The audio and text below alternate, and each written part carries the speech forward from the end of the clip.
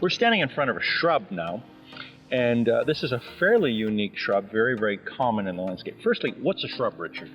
A shrub is a perennial plant that does not grow too large in size. And it has what type of growth? Woody growth? Woody growth, yeah. So this is a deciduous shrub. We're talking about deciduous plants. And this is Hydrangea paniculata limelight. And it's one of the first plants that we've looked at today that talks about, it's got a three-part name. What's the word limelight mean?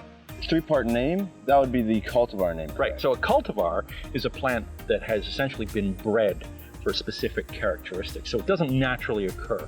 So if we've got a plant with a genus and species name, we know that they naturally occur. And here we've got one with a cultivar that has been specifically bred. And if we look at plants with cultivar names, we essentially can call them hybrids, there are thousands and thousands and thousands and thousands. So it makes that 300,000 number go, off into the millions possibly. We don't know how many cultivars there are. But this is a very, very popular shrub. And obviously right now in full flower. And it's got these large flowers that are called panicles, hence the name Hydrangea paniculata. So if you look up the term panicle, it refers to the flower structure. And what does this plant do in the winter? It would keep the dried flowers, right? Yeah. So it keeps these will turn brown.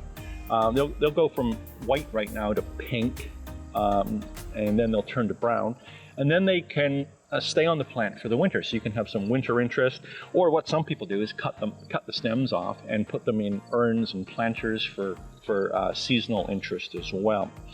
If we look at Hydrangea paniculata and we pick up any nursery catalog, we'll see there are many, many different cultivars of this plant. There's one very similar to this called Hydrangea paniculata little lime, which is a smaller form of it. This one is, I'm 6 foot. This is, substantially above that. So again, we're looking at a shrub that's fairly unique, but it's also a cultivar. So when we look at classification, we have to add that extra name. Cultivar usually meaning hybrid, or I've said in lectures a manufactured plant or a bred plant, right? But then we look at a plant that's got late season bloom, which is fairly unusual, but it's also got winter interest as well. So we're getting more value if we plant this plant in the landscape than typically something that just flowers and doesn't have any winter interest.